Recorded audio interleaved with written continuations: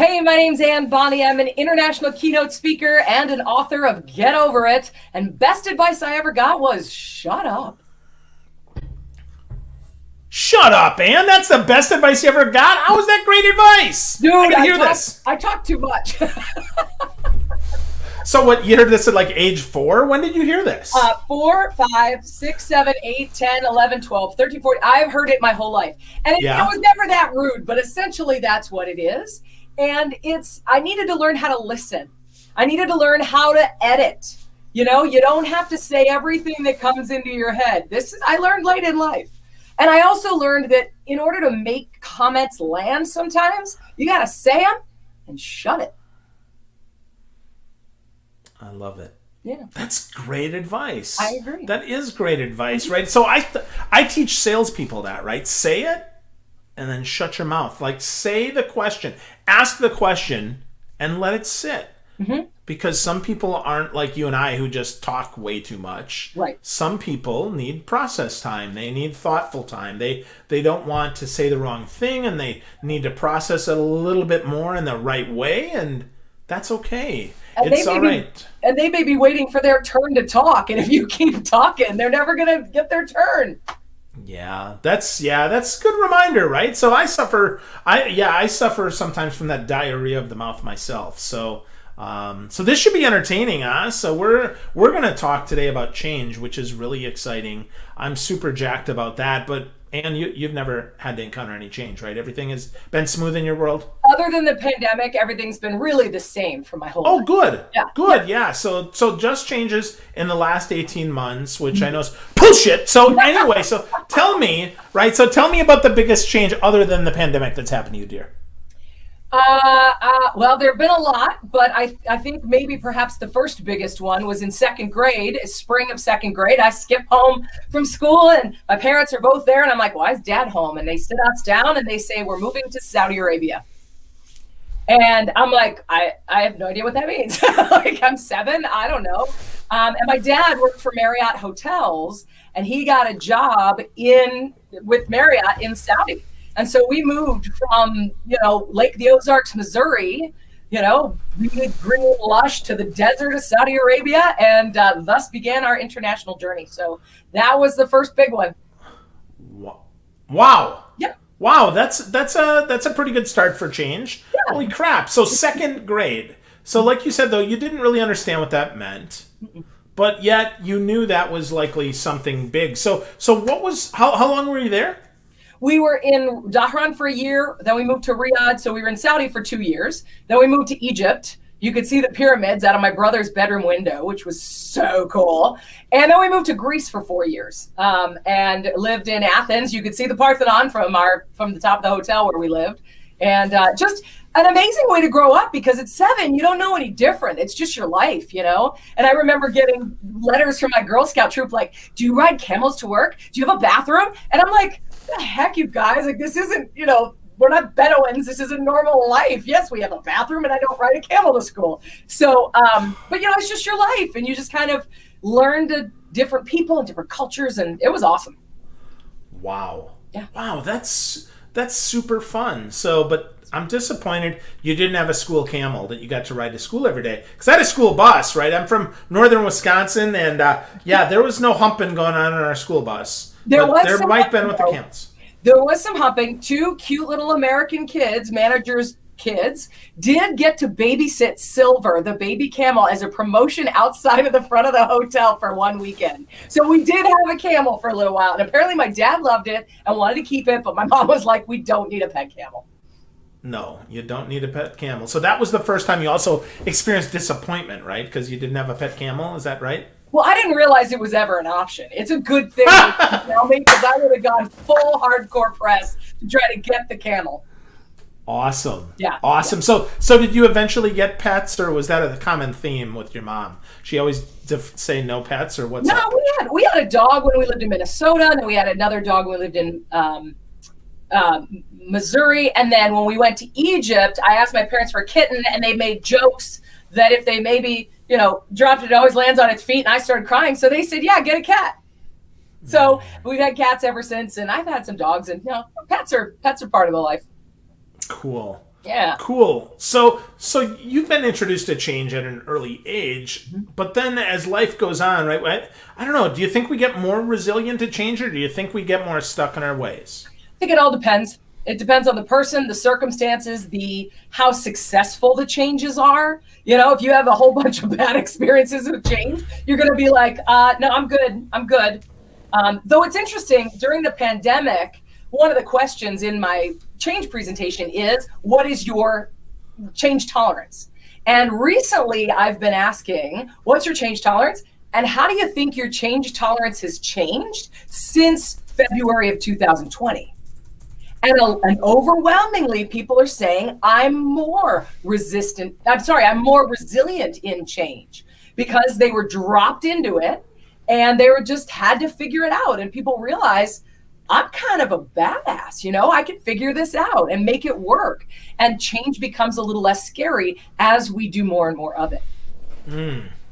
Ooh, so that's interesting that people, that they think they're more resilient now, that they're more open to change, but that change was forced upon them. How do we introduce that resiliency to change without injecting people with the coronavirus? Without having to drop the globe into quarantine? Yeah, that's cool. It's the first piece, I think, is understanding the why. Why are we doing this, or why aren't we doing the old thing anymore? Why is this happening?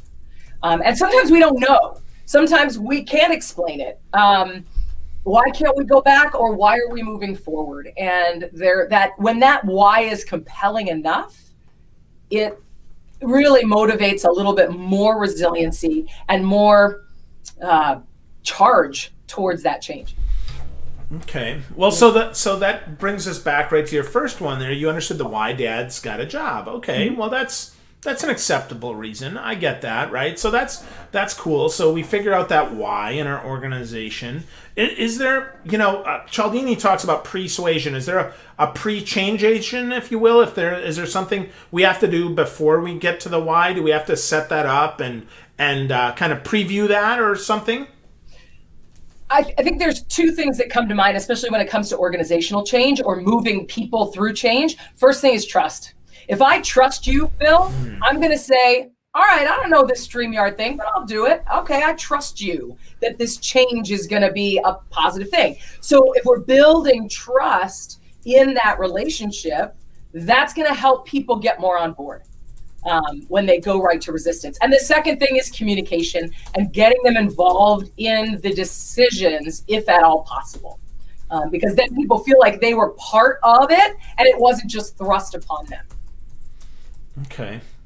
So that makes sense, right? So trust first, communicate second. Okay, get that, right? And get them involved in the decision naturally, right? You want buy-in? Right. People have to feel like, oh, they had a choice here. That I have the power to say something. But what if we can't offer them a choice? What if we have to say, you know what, Anne, we're doing this, and this is just the way it is? I mean, is that where the why comes in, or what am I missing here? That's where the why comes in. That's where listening, that's where shutting up comes in, Phil. That's where taking a minute to say, all right, here's what we're doing. Here's why. Here's all the information I can give you so you don't feel like you're on an island. And sometimes that information comes in follow-up. You don't give it all at once because some people are like, I got it. I don't care. Don't blast me with all the details. But some people want all those details so they can understand that you've thought it through and that, but then it's listening. It's saying, what challenges do you think you're going to have? We're going to have. They have a different perspective. They may have some ideas about why they think it won't work, that you might either be able to say, hey, you know what, we've thought about that and here's what we're doing. Or you might be able to say, oh crap, we didn't think about that. Let's take that into consideration. But if you can't involve them in that pre-conversation, involving them in a conversation and listening after will help them say, well, they heard me. And even though I don't like it, here we go. And then not everybody's going to get on board then either, but at least you'll get the majority, hopefully, on board. Yeah. So if you can't involve them first, shut up and listen. Yeah. Like, pay attention to them and see what they have, because perhaps they'll come up with some additional ways that it can be even a more palatable change, right? Exactly. Awesome. Yep. Awesome. I used to have complaining meetings with my team. You know, when a big change was announced, I'd come together and I was like, all right, guys, complain. Like, complain, get it all out. Let's do it. Because they're going to do it anyway, right? Give them a healthy outlet. I might learn something helpful to lead them or to prepare in preparation for the change. Yeah. Well, yeah, complaining in public is way better than WhisperNet, right? Like the, psst, hey, Anne, you know, hey, this really sucks. Like, right? What the hell? Right. So I dig that. That's really, really good. Well, let's talk a little bit about change. Let's take a quick break here. I want to talk about one of my favorite tools is Vidyard. So, folks, you want to talk about change, right? You know that email isn't dead, but man, it sure can be boring. I know I've sent some boring ones, but let's jazz it up a little bit. Instead, let's try Vidyard. Let's record and send sales videos, connect with our prospects, let's move our open opportunities along, and let's close more deals. So how does this work? Let's go 3 ways, right? 1, it puts a face to your name with the video. Hold up a whiteboard. I've got one right next to me all the time. Record your face, your screen, or both for those first touch prospecting videos, follow up after a sales call, share product demos with those who can't be there, and a ton more. My favorite thing to do is repeat back a key takeaway that I learned on a call, right? Much like I'm doing with Anne here today. Share it back by writing it along with their name on the whiteboard so they know that video is just for them. Mm-hmm. Second, you got a sales team? Share your team's videos during the outreach tools they use every day. Pull together the best videos that they have and share those libraries that your team has created in a curated playlist for each opportunity. Third, keep track of which opportunities are engaging with your videos so you can follow up at the exact right time. Review these stats to tell you who's watching and for how long. Integrate that view data into your CRM and see how video drives your pipeline development for yourself and for your sales team. So what are you waiting for? Sign up for Vidyard free today by going to vidyard.com/PhilGerb. That's vidyard.com/PhilGerb. Now, like you, my friends at Vidyard cannot keep up with these promo codes. So instead, just sign up. Make it really easy. Go to vidyard.com/PhilGerb. Start using Vidyard completely free. And as a bonus, get their high conversion virtual sales playbook. Start using Vidyard to grow your pipeline and your business today. That's vidyard.com/PhilGerb. Change, Anne. Change. You know, but Phil, can I say something to you real quick about Vidyard? Yeah. Video email has been a game changer for me. Ooh, because tell me how. People do business with people they know, like, and trust. And I can communicate me so much better via video than some boring, wordy email. I love it. Sorry. Okay. No, love that. No. So video's been a game changer. So talk to me a little bit about that, because that's a change, right? That's a big change. Yeah. If we think when we met up, 3 years ago, 4 years ago, email was that was it, right? Or did we pick up the phone but now we got video email. So talk to me about how video with our friends at Vidyard or anywhere else is working for you. Well, I mean, I'm a speaker. I'm a people by me, which I had a hard time with when I first started, but I'm good with it now. But I can, again, people do business with people they know, like, and trust. If they see me on video, especially when they're asking for a virtual keynote, I can show how I can show up on virtual, and they're like, I like this lady. I can say funny things. I can make jokes. I can laugh at myself, and they get to know me better than reading an email in their own voice. It's awesome. Yeah. I love it. I love it, right? It gives them a chance to see our personality. I'm a big video email fan too. And let's talk about that change, right? How did you handle, or you said that you changed from I don't know, I don't want people to know me, to now, oh yeah, I do, and I want to show up. Tell me about that mental change and how that helped you. So when I worked for corporate, when I had a corporate job, I worked for Under Armour for about 9 years. Then I worked for Les Mills, which is a group exercise company out of New Zealand. Then I worked for a large gym chain in New York City on their executive team. And when you work for somebody else, your identity is built around what your job is there and what you do for that organization. Plus, I was selling group exercise products. I was selling Under Armour tight t-shirts, and so when I left all of that, I thought, this is going to be awesome. I'm going to be fabulous. I got this. Woo, I'm me. And then I realized as I was sitting in the basement of my parents' house where I moved into when I first started my speaking business, I realized, who's me? Like, what am I selling here? What? And so that change in selling, I don't have a product anymore. I didn't have a book at the time. I didn't have a podcast. I didn't have any of that stuff. And so it was just me. Hire me to come and speak to your people.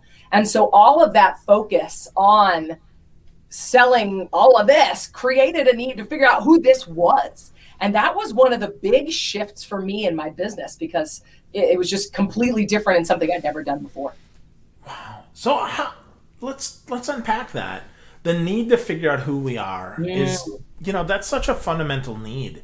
So what did you do to do that? I mean, was there a book you read or a course you took or a conversation maybe you had with a coach or a therapist or what? I did all of those things and then ultimately figured it out in the shower one day. There's no magic pill, and it's funny because I just got back from a professional development weekend retreat thing. And we're talking about alignment. We're talking about full expression of ourselves, because as a speaker, I can show up a heck of a lot more authentically and more inspirationally if I'm talking from me, right? So for example, when I first started my business, I thought, well, I need to have my hair down. I need to look corporate. I need to look serious. That's a bunch of baloney. Phil, if anybody else knows, I'm not that serious. I've got good information. I'm giving you serious strategies in a really fun way. And so I'm going to show up a lot more fun if I'm me, and be okay with the hair and be okay with the energy and too much hands. That's me. And I'm a lot more fun that way. So if you don't like it, then you're not my client and I'm not your person, and that's fine. I can't make everybody happy, Phil. I'm not pizza. Yeah. What kind of pizza, Anne, are you not? What's your favorite? I'm not. Oh, wait a minute. What kind am I not? What is my favorite one? Yeah. What's your favorite one? Pineapple and mushroom.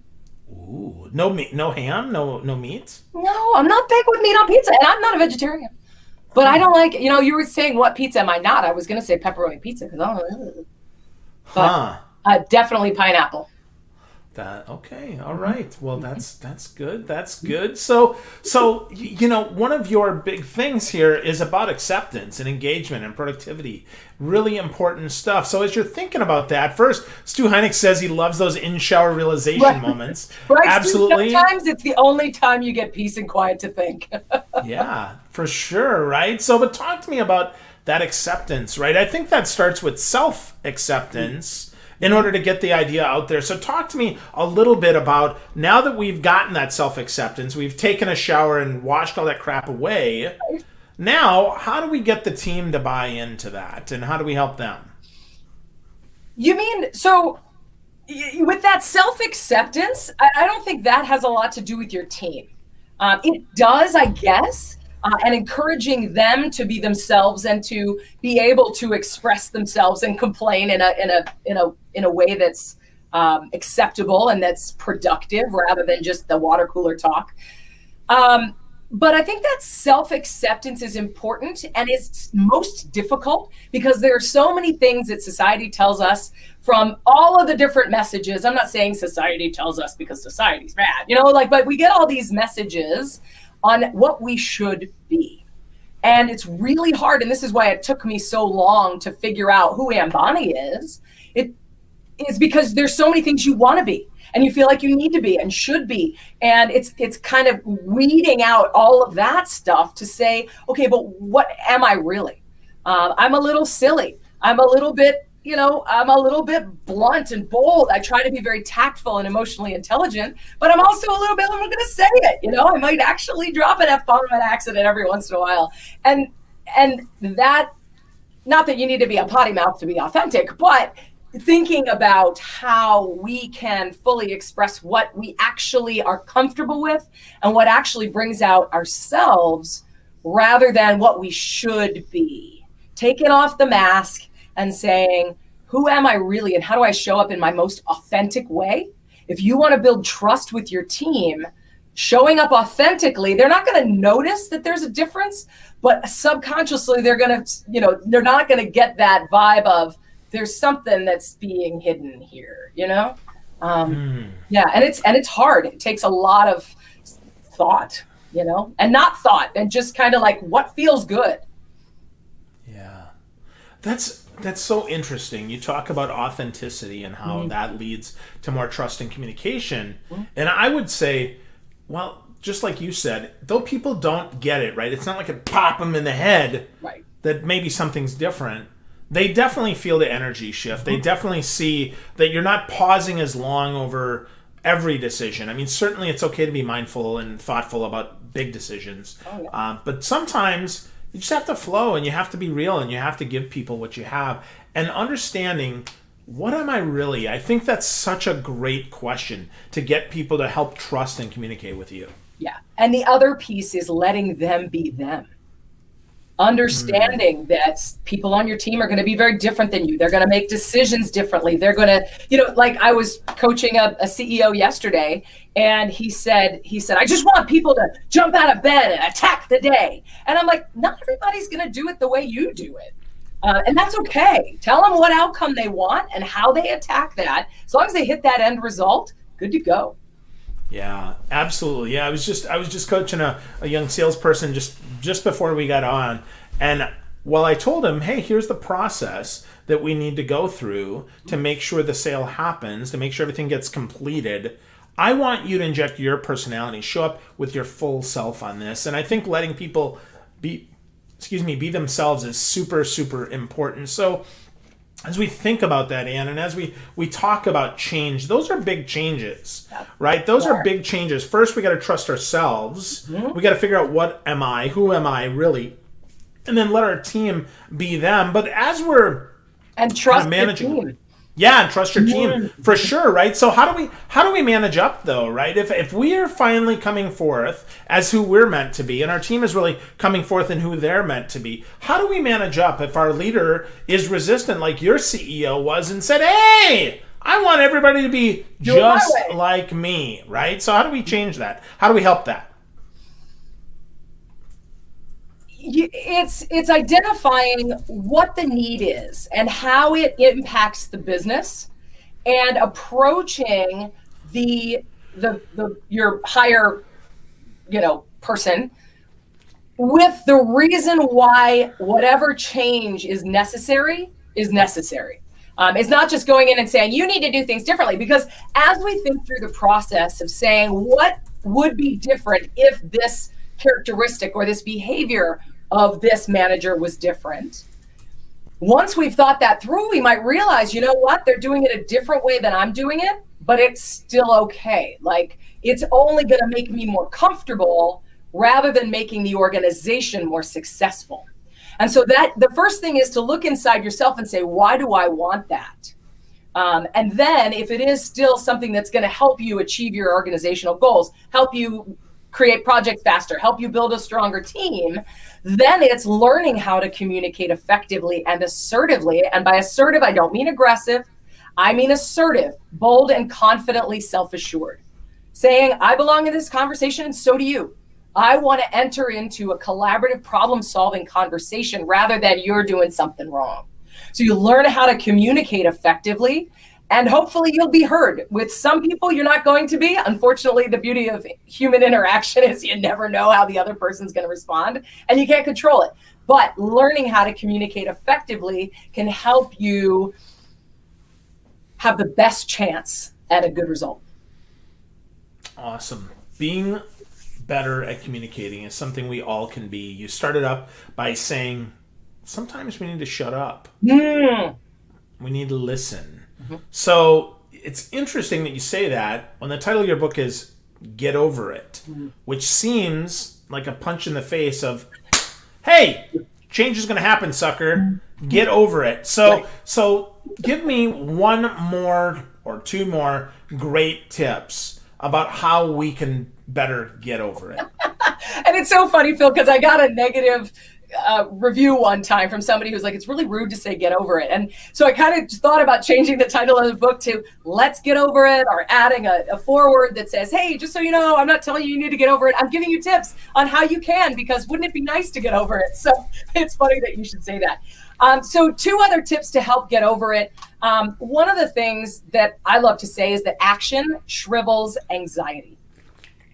So often we get caught up in thinking about it and planning it and worrying about it and thinking about all the bad things that are going to happen. And we kind of swirl around in this anxious negativity, when stepping forward and saying, okay, what can I do? We're in a pandemic. We're in quarantine. Not right now, thank goodness. But back in March last year, we're in a pandemic. I can't go see anybody. What can we do? And by taking action, you start to feel like you have a little bit more control. You have a little bit more resilience. You have a little bit more opportunity to do something about it. And it feels a heck of a lot better than continuing to swirl. It does take a little emotional intelligence and a little oomph, but that even a little step, just do something. And that will help move you from victim to actor in improving the situation. And then the other one is, you don't look back and see how far you've come. This is one of my favorite perseverance tips. And I don't remember what tip number it is and get over it, but it's really important, as you're charging towards change and all the difficulties and all the challenges and all the, things you have to learn and all that, it's easy to forget how much you have learned, how far you have come, all the things you have done, and all the things that have been successful. So make sure, as you're persevering through changes with your team or just with yourself, to look back and say, who was I a year ago? What have I done? What have I achieved? What have I overcome? Holy crap, I'm a badass. And that's going to just help you have the energy to continue moving forward. Wow. Such great advice. Such great advice. Such easy, simple things to do, but often things we don't do. So we've got some feedback here. Ben says loves your energy and your enthusiasm. Me too. Thanks, Ben.